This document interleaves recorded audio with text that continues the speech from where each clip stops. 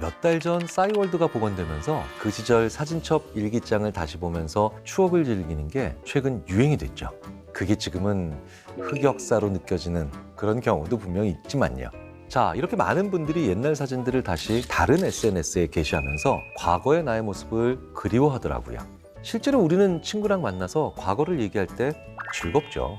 친구를 만나서 즐거운 시간을 보냈다면 그 친구랑 나눈 대화의 반 이상이 예전에 겪었던, 함께했던 일들입니다. 만약에 그 친구가 초등학교나 중학교 혹은 고등학교 동창이라면 더더욱 그렇겠죠. 저도 그렇지만요. 옛날 얘기는 해도 재밌습니다. 심지어 군대 얘기도 재밌습니다. 자, 그렇다면 우리는 왜 점점 라떼 얘기를 할 때만 즐거워지고 라떼, 그 시절을 그리워하게 되는 걸까요? 오늘 심리 읽어드립니다에서는 최신 트렌드, 최신 연구를 통해 라떼를 그리워하는 모든 사람들의 심리를 읽어드리겠습니다.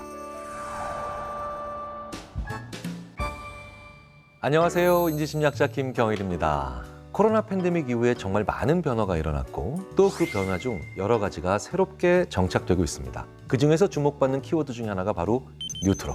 이젠 그리 생소하지도 않은 이 용어는 복고를 새롭게 재해석해 즐기는 트렌드를 뜻하는 신조어죠. 그런데 이제는 너무 많이 쓰다 보니까 이걸 신조어라고 하는 것도 약간 어색합니다. 다양한 기업들이 수많은 뉴트로 상품을 내놓고 실제로 뉴트로를 원하는 고객들이 그 상품을 엄청나게 소비하고 있죠. 요즘 같은 위기의 시절에 복고가 더 사랑받는 이유는 뭘까요? 단순한 우연한 결과일까요? 결론부터 말하자면 분명히 그건 아니죠. 위기 시절 복고가 사랑받는 건 심리학적으로도 상당한 근거가 있는 그런 현상입니다. 왜냐하면 복고의 핵심에는 추억이 있고요. 비록 추억은 과거의 것이지만 미래의 에너지도 만든다는 연구들이 상당수 존재하기 때문입니다. 즉 우리는 옛 기억을 떠올리면서 미래에 힘을 낸다는 거예요. 라떼는 말이야 라고 하는 것들이 스스로에게는 힘을 주는 일이 되는 그런 경우가 상당히 있다는 거예요. 왜 그럴까요? 정말 유명한 사회심리학자인 토머스 길로비치는 사람들에게 예전에 했던 것들에 대해서 어떤 것을 주로 후회하는가를 물어봤습니다. 그랬더니 나이를 먹을수록 안 한 일에 대한 후회가 한 일에 대한 후회보다 훨씬 크더라는 거예요. 심지어는 실패했었던 일이라고 해도 말이죠. 그러니 했던 일은 실패했었더라도 심지어는 결과가 나빴다 하더라도 추억이라고 느끼는 거예요. 군대 생활도 여러모로 힘들었겠지만 추억이 되는 이유가 바로 이거죠. 무언가를 했기 때문입니다. 그러니까 미래에 무언가를 하게 만드는 에너지로 연결도 더 쉽다는 거예요.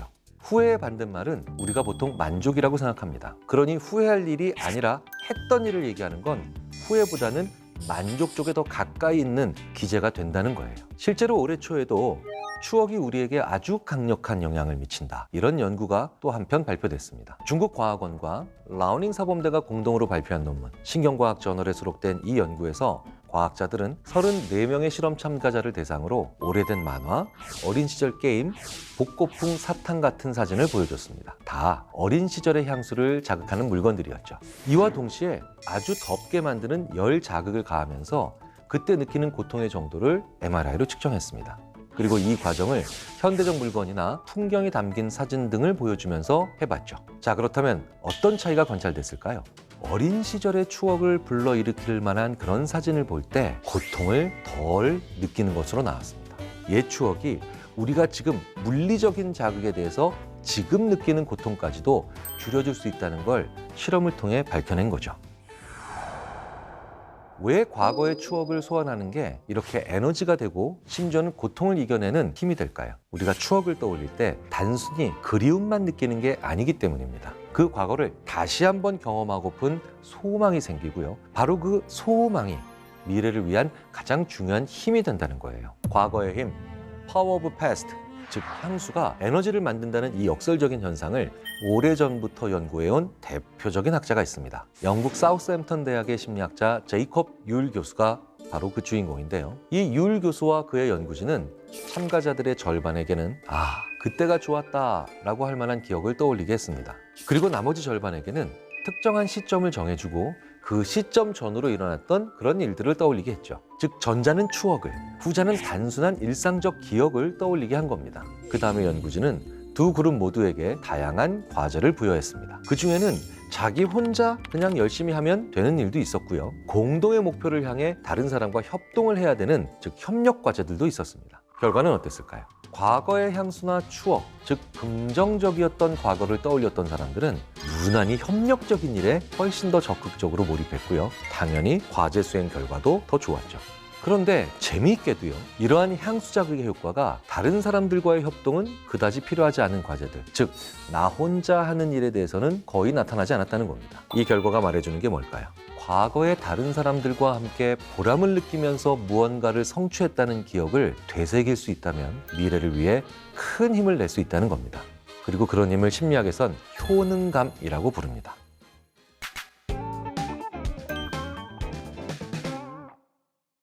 응답하라 시리즈의 최대 소비자 중 하나가 바로 지금의 10대, 20대. 그 시대를 전혀 경험해보지 못한 세대입니다. 정말 재밌는 현상이죠. 저도 초등학교, 중학교 다니는 제 두 딸과 함께 응팔을 그렇게 열심히 볼 줄은 전혀 예상을 못했습니다. 그 시대를 전혀 경험해보지 못한 세대가 이걸 왜 좋아할까요? 자크 라캉이 얘기했죠. 인간은 타자의 욕망을 욕망하기도 한다.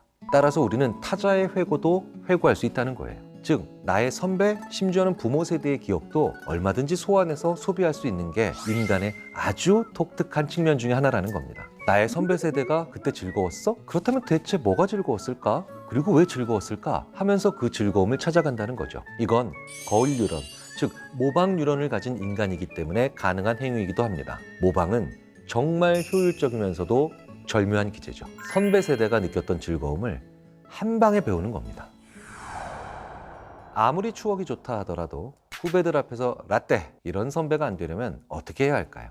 먼저 후배들이 싫어하는 라떼 선배는 뭘까 생각해 봐야 합니다. 라떼 선배는 후배들 얘기는 안 듣고 자기 얘기만 하는 사람이겠죠. 후배 얘기를 잘 들어주고 또 후배에게 필요한 얘기도 해주는 그런 사람들은 라떼를 얘기해도 라떼 선배 이런 얘기를 듣지 않을 수 있거든요. 그런데 후배에게 이 얘기가 필요하겠지라고 혼자 생각해서 주구장창 자기 잘 나갈 때 이야기만 한다. 그러면서 하는 얘기는 결국 내가 이렇게 잘 했었으니까 라떼처럼 해 라고 하기 때문에 라떼 선배라는 그런 얘기를 뒤에서 들으시는 거겠죠. 사실 라떼랑 비교해서 요즘 세대가 더 치열하지 않게 사는 것은 절대 아닙니다. 오히려 자격증 같은 역량을 보면 혹은 다양한 점수나 행동 지표들을 보면 사실 저 때보다 낫지요. 저 같은 50대 초반의 중년들이 친구들이랑 이런 얘기 많이 합니다. 야, 나 쟤네들이랑 같이 경쟁하지 않아서 너무 다행이야.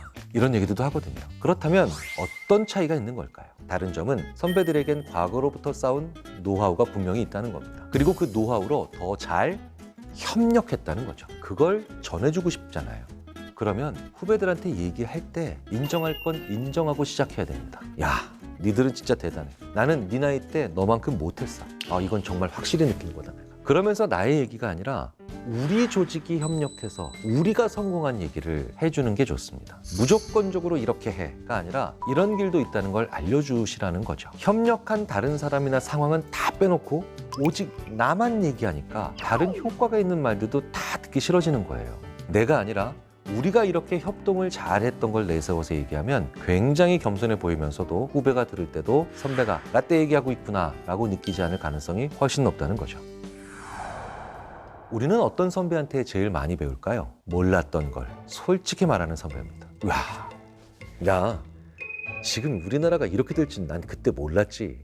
나는 이 순간이 이렇게 될지 전혀 상상을 못했어. 저 역시 자기가 예측하지 못했다라는 사실을, 자기는 이런 상황이 될지는 혹은 이런 미래가 올지를 사실 과거에는 정말 몰랐다라고 하는 솔직함을 보여주는 선배와 함께 오히려 더 미래를 같이 상상해보고 싶은 느낌을 가집니다. 자, 이제 선배가 되신다고요? 조금 더 나보다 후배들과 같이 일하신다고요? 그러면 나는 예측하지 못했다. 난 정말 상상조차 못했다. 내가 몰랐었다라고 하는 얘기를 흔쾌히 해주셔야 됩니다. 그럼 이런 선배를 보면서 후배 세대는 미래에는 더 많은 변화가 있을 거라고 함께 생각할 수 있다는 거죠. 그래서 우리는 내 그럴 줄 알았어 라고 하는 선배들을 그리도 싫어하나 봅니다. 제가 최근에 많은 선배 세대들에게 드리는 말씀이 있습니다. 우리보다 후배 세대들은 어떤 차이가 있을까? 그러면 대부분 이렇게 얘기하십니다. 우리보다 후배들은 고생을 많이 안 해봤어. 그러면 전 그 말에 꽤 동의합니다. 그런데 우리보다 고민은 더 많은 세대죠. 저는 제가 태어났을 때 집에 TV가 들어온 날을 기억합니다. 냉장고가 들어온 날도 기억하고요. 그리고 세탁기가 들어온 날도 기억합니다. 그리고 저희 집에 처음 온수가 나온 날조차도 기억합니다. 그러니까 분명히 제 딸들은 저보다 그런 고생을 덜 합니다. 자, 그런데 저보다 훨씬 더 많은 고민을 제 딸들은 하고 있죠. 왜일까요? 저희 시대까지만 하더라도 어느 길로 가는지는 꽤 보였던 것 같아요. 그게 바로 개발도상국의 이점이기도 하죠. 얼마 전부터 이제 우리나라는 선진국으로 분류된다고 합니다. 선진국이 되었다는 건 무슨 뜻일까요? 자기 앞에 있는 길이 이제 규정되어 있지 않다는 뜻이죠. 우리의 후배 세대들, 지금의 후배 세대들이 가지고 있는 가장 큰 고민은 어떻게 가야 되는가를 스스로 정의 내려야 되는 첫 번째 세대가 됐기 때문이라는 겁니다. 자, 그렇다면 나보다 고생은 덜 했지만 나보다 고민은 훨씬 더 많은 나의 후배에게 이렇게 얘기해 줘야 되지 않을까요? 너희들이 고민이 많을 거야. 그렇다면 고생을 더 많이 해본 선배 세대들에게 이런 느낌도 가질 수 있겠죠. 그래, 우리 선배들은 고민해 볼 기회도 없이 고생을 많이 강요받은 시대겠다. 우리보다 더 고민이 많은 세대, 우리보다 더 고생을 많이 한 선배 세대라고 하는 그런 존중감을 서로가 가지고 있다면 아마 그 조직, 그 모임 혹은 그 사회는 가장 이상적으로 배우고 가르쳐주며 그리고 서로 시너지 효과를 많이 만들어낼 수 있지 않을까 생각이 됩니다.